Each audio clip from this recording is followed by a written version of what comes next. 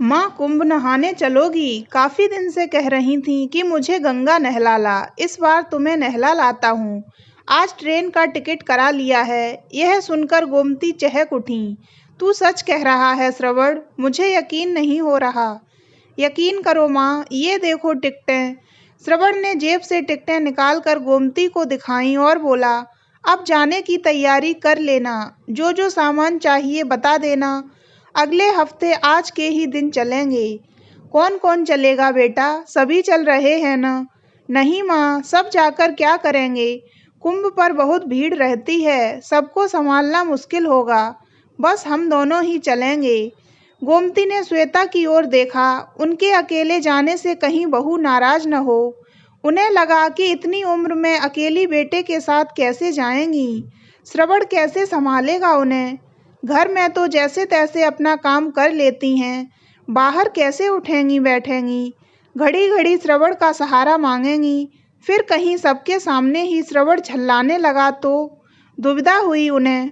अब क्या सोचने लगी माँ जी? आपके बेटे कह रहे हैं तो घूम आइए। हम सब तो फिर कभी चले जाएंगे। इसके बाद पूरे 12 साल बाद ही कुंभ पड़ेगा। बहू, क्या श्रवण मुझे संभाल पाएगा?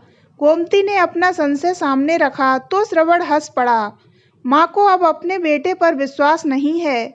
जैसे आप बचपन में मेरा ध्यान रखती थीं, वैसे ही रखूंगा। कहीं भी आपका हाथ नहीं छोड़ूंगा। खूब मेला घुमाऊंगा। श्रवण की बात पर गोमती प्रसन्न हो गई। उनकी चिर प्रतीक्षित अभिलाषा पूरी होने जा रही थी। कुंभ स्नान कर मोक्ष पाने की कामना वह कब से कर रही थीं। कई बार श्रवण से कह चुकी थीं कि मरने से पहले एक बार कुंभ स्नान करना चाहती हैं। कुंभ पर नहीं ले जा सकता तो ऐसे ही हरिद्वार ले चल। वक्त खिसकता रहा, बात टलती रही। अब जब श्रवण अपने आप कह रहा है तो उनका मन प्रसन्नता से नाचने लगा। उन्होंने बहू बेटे को आशीर्वाद से लाद दिया। एक रात एक दिन का सफर तय कर माँ बेटा दोनों इलाहाबाद पहुंचे। गोमती का तो सफर में ही बुरा हाल हो गया। ट्रेन के धड़धड़ के शोर और सीटी ने रात भर गोमती को सोने नहीं दिया। खैर, सोते जागते गोमती का सफर पूरा हुआ। गाड़ी इलाहाबाद स्टेशन पर रुकी तो प्लेटफॉर्म की चहल पहल और भीड़ देखकर वह हैरान रह गईं। श्रवण ने अपने कंधे पर बैग टांग लिया और एक हाथ से माँ का हाथ पकड़कर स्टेशन से बाहर आ गया। अब गोमती और श्रवण ने ऑटो रिक्शा पकड़कर गंगा घाट तक पहुंचने का मन बनाया। ऑटो रिक्शा ने मेला क्षेत्र शुरू होते ही उन्हें उतार दिया। करीब 1 किलोमीटर पैदल चलकर वे गंगा घाट तक पहुंचे। गिरते पड़ते बड़ी मुश्किल से एक डेरे में थोड़ा सा स्थान मिला। दोनों ने चादर बिछाकर अपना सामान जमाया और नहाने चल दिए। गोमती ने अपने अब तक के जीवन में इतनी भीड़ नहीं देखी थी। उन्हें लग रहा था जैसे वे किसी दूसरे लोक में आ गई हैं। वह श्रवण का हाथ कसकर थामे थी। भीड़ में रास्ता बनाता श्रवण उन्हें गंगा किनारे तक ले आया। यहाँ भी खूब भीड़ और धक्कम धक्का था। श्रवण ने हाथ पकड़कर माँ को स्नान कराया, फिर स्वयं किया। गोमती ने फूल बतासे गंगा में चढ़ाए। जाने कब से मन में पली इच्छा पूरी हुई थी। उन्होंने हाथ जोड़कर प्रार्थना की कि हे गंगा मैया, श्रवण सा बेटा हर माँ को देना। आज उसी के कारण तुम्हारे दर्शन कर सकी हूँ। श्रवण ने माँ को मेला घुमाया, खूब खिलाया पिलाया। थक गई हूँ, अब नहीं चला जाता श्रवण। गोमती के कहने पर श्रवण उन्हें डेरे पर ले आया। माँ, तुम आराम करो, मैं घूम कर अभी आया। थोड़े रुपए अपने पास रख लो। उसने माँ को रुपए थमाए। मैं इन रुपयों का क्या करूँगी? तू है तो मेरे पास। फिर 5-10 रुपए हैं मेरे पास। गोमती ने मना किया। वक्त बेवक्त काम आएंगे। तुम्हारा ही कुछ लेने का मन हो या कहीं मेले में मेरी ही जेब कट जाए तो? श्रवण के समझाने पर गोमती ने रुपए ले लिए। श्रवण चला गया और गोमती थैला सिर के नीचे लगाकर बिछी चादर पर लेट गईं। उनका मन प्रसन्न था। श्रवण ने खूब ध्यान रखा है। लेटे लेटे उनकी आंखें झपक गईं। जब खुली तो देखा कि सूरज ढलने जा रहा है और श्रवण अभी लौटा नहीं है। उन्हें चिंता हो गई। अनजान जगह है, अजनबी लोग, श्रवण के बारे में किससे पूछें? वह डेरे से बाहर आकर इधर उधर देखने लगी। आदमियों का रेला एक तरफ तेजी से भागने लगा। वह कुछ समझ पाती कि चीख पुकार मच गई। पता लगा कि मेले में हाथी बिगड़ जाने से भगदड़ मच गई है। काफी लोग भगदड़ में गिरने के कारण कुचल कर मर गए हैं। सुनकर गोमती का कलेजा मुंह को आने लगा। कहीं उनका श्रवण भी क्या इसी कारण अभी तक नहीं आया है? उन्होंने एक यात्री के पास जाकर पूछा, भैया यह किस समय की बात है? माँ जी, शाम 4 बजे नागा साधु हाथियों पर बैठकर स्नान करने जा रहे थे और पैसे फेंकते जा रहे थे। उनके फेंके पैसों को लूटने के कारण यह कांड हुआ। जो जख्मी हैं उन्हें अस्पताल पहुंचाया जा रहा है और जो मर गए हैं उन्हें सरकारी गाड़ी से वहां से हटाया जा रहा है। आपका भी कोई है क्या? भैया, मेरा बेटा 2 बजे घूमने निकला था और अभी तक नहीं लौटा है। उसका कोई फोटो है माँ जी? यात्री ने पूछा। फोटो तो नहीं है, अब क्या करूं? गोमती रोने लगी। माँ जी, आप रो मत, देखो सामने पुलिस चौकी है, आप वहां जाकर पता करो। गोमती ने चादर समेटकर थैले में रखी और पुलिस चौकी पहुंचकर रोने लगी। लाउड स्पीकर से कई बार अनाउंस कराया गया। फिर एक सहृदय सिपाही अपनी मोटरसाइकिल पर बिठाकर गोमती को वहां ले गया जहां मृतकों को एक साथ रखा गया था। 1-2 अस्थायी बने अस्पतालों में भी ले गया जहां जख्मी पड़े लोग कराह रहे थे और डॉक्टर उनकी मरहम पट्टी करने में जुटे थे। श्रवण का वहां कहीं भी पता न था। तभी गोमती को ध्यान आया कि कहीं श्रवण डेरे पर लौट न आया हो और उनका इंतजार कर रहा हो, या उन्हें डेरे पर न पाकर वह भी उन्हीं की तलाश कर रहा हो। हालांकि पुलिस चौकी पर वह अपने बेटे का हुलिया बता आई थी और लौटने तक रोके रखने को भी कह आई थी। गोमती ने आकर मालूम किया तो पता चला कि उन्हें पूछने कोई नहीं आया था। वह डेरे पर गईं, वहां भी नहीं।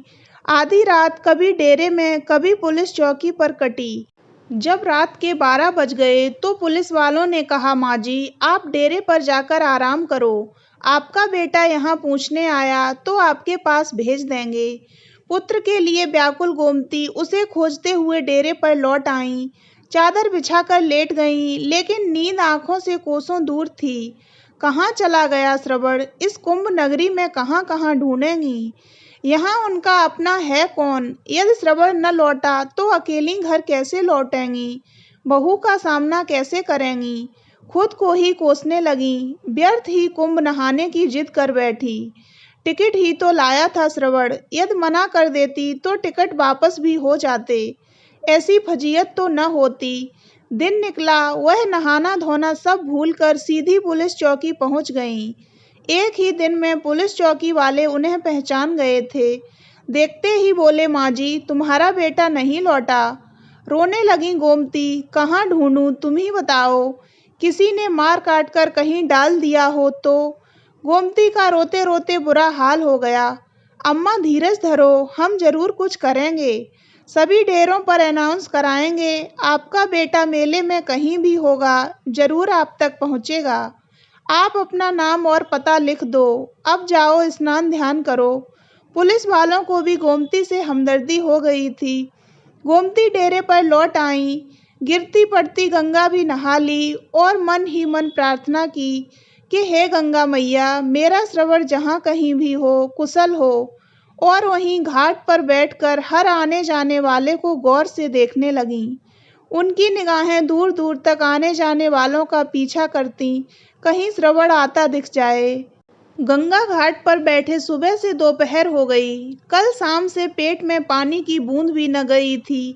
ऐंठन सी होने लगी।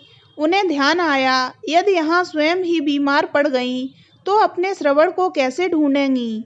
उसे ढूंढना है तो स्वयं को ठीक रखना होगा। यहाँ कौन है जो उन्हें मनुहार कर खिलाएगा? गोमती ने आलू की सब्जी के साथ 4 पूड़ियाँ खाईं। गंगा जल पिया तो थोड़ी शांति मिली।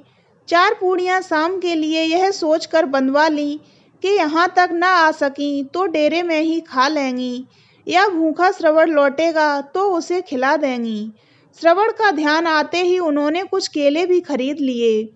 ढूंढती ढूंढती अपने डेरे पर पहुंच गईं। पुलिस चौकी में भी झांक आईं। देखते ही देखते 8 दिन निकल गए। मेला उखड़ने लगा। श्रवण अभी तक नहीं लौटा। अब पुलिस वालों ने सलाह दी, अम्मा अपने घर लौट जाओ, लगता है आपका बेटा अब नहीं लौटेगा। मैं इतनी दूर अपने घर कैसे जाऊंगी? मैं तो अकेली कहीं आई गई नहीं। वह फिर रोने लगी। अच्छा अम्मा, अपने घर का फ़ोन नंबर बताओ, घर से कोई आकर ले जाएगा। घर से मुझे लेने कौन आएगा? अकेली बहू बच्चों को छोड़कर कैसे आएगी? बहू किसी नाते रिश्तेदार को भेजकर बुलवा लेगी। आप किसी का भी नंबर बताओ। गोमती ने अपने दिमाग पर लाख जोर दिया, लेकिन हड़बड़ाहट में किसी का नंबर याद नहीं आया। बुढ़ापे में याददाश्त भी कमज़ोर हो जाती है। पुलिस चौकी में उन्हें उनके गांव के पास का एक व्यक्ति मिला, तो पुलिस वालों ने उसका नंबर लेकर उसी के साथ गोमती को भेज दिया। अगले दिन लगभग 1 बजे गोमती बस से अपने गांव के स्टैंड पर उतरी और पैदल ही अपने घर की ओर चल दी। उन्हें यह समझ में नहीं आ रहा था कि वे बहू से कैसे मिलेंगी। इसी सोच विचार में वह अपने घर के द्वार तक पहुंच गईं। वहां खूब चहल पहल थी। घर के आगे कनात लगी थी और खाना चल रहा था। एक बार तो उन्हें लगा कि वह गलत जगह आ गई हैं। तभी पोते तन्मय की नज़र उन पर पड़ी और वह आश्चर्य और खुशी से चिल्लाया, पापा, दादी माँ लौट आईं, दादी माँ जिंदा हैं। उसके चिल्लाने की आवाज़ सुनकर सब दौड़कर बाहर आए। शोर मच गया। अम्मा आ गईं, गोमती आ गई। श्रवण भी दौड़कर आ गया और माँ से लिपट कर बोला, तुम कहाँ चली गई थी माँ? मैं तुम्हें ढूंढ ढूंढ कर थक गया। बहू श्वेता भी दौड़कर गोमती से लिपट गई और बोली, हाय, हमने तो सोचा था कि माँ जी नहीं रही, यही ना बहू। गोमती के जैसे ज्ञान चक्षु खुल गए। इसीलिए आज अपनी सास की तेरवी कर रही हो। और तू श्रवण मुझे छोड़कर यहाँ चला आया। मैं तो पगला गई थी, घाट घाट तुझे ढूंढती रही। तू सकुशल है, तुझे देखकर मेरी जान लौट आई। माँ बेटे दोनों की निगाहें टकराईं और नीचे झुक गईं। अब यह दावत माँ के लौट आने की खुशी के उपलक्ष्य में है। सब खुशी खुशी खाओ, मेरी माँ वापस आ गई हैं। खुशी से नाचने लगा श्रवण। फिर सब श्वेता और श्रवण को बधाई देने लगे।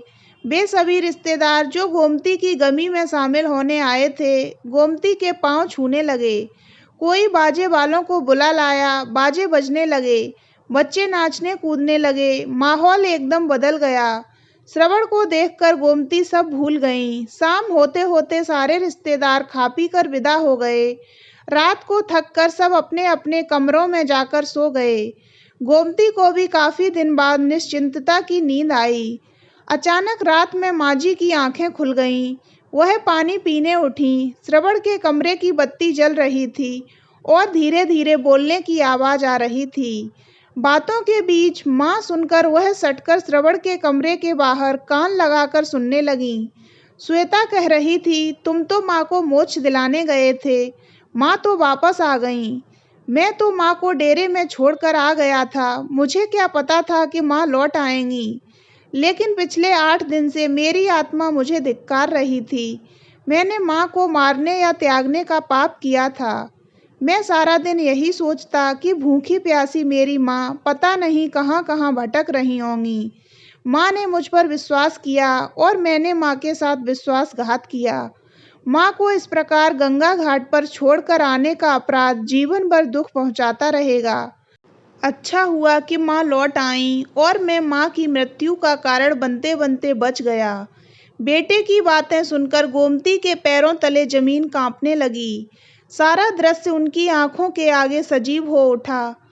वह इन 8 दिनों में लगभग सारा मेला क्षेत्र घूम ली।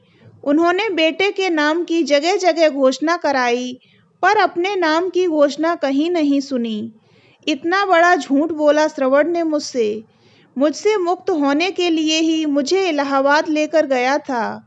मैं इतना भार बन गई हूँ कि मेरे अपने ही मुझे जीते जी मारना चाहते हैं। वह खुद को संभाल पाती कि धड़ाम से वहीं गिर पड़ी। सब झेल गईं, पर वह यह सदमा न झेल सकीं। तो दोस्तों, अगर आपको ये कहानी अच्छी लगी हो तो वीडियो को लाइक करें और ऐसी ही अन्य कहानियाँ सुनने के लिए हमारे चैनल को सब्सक्राइब अवश्य करें।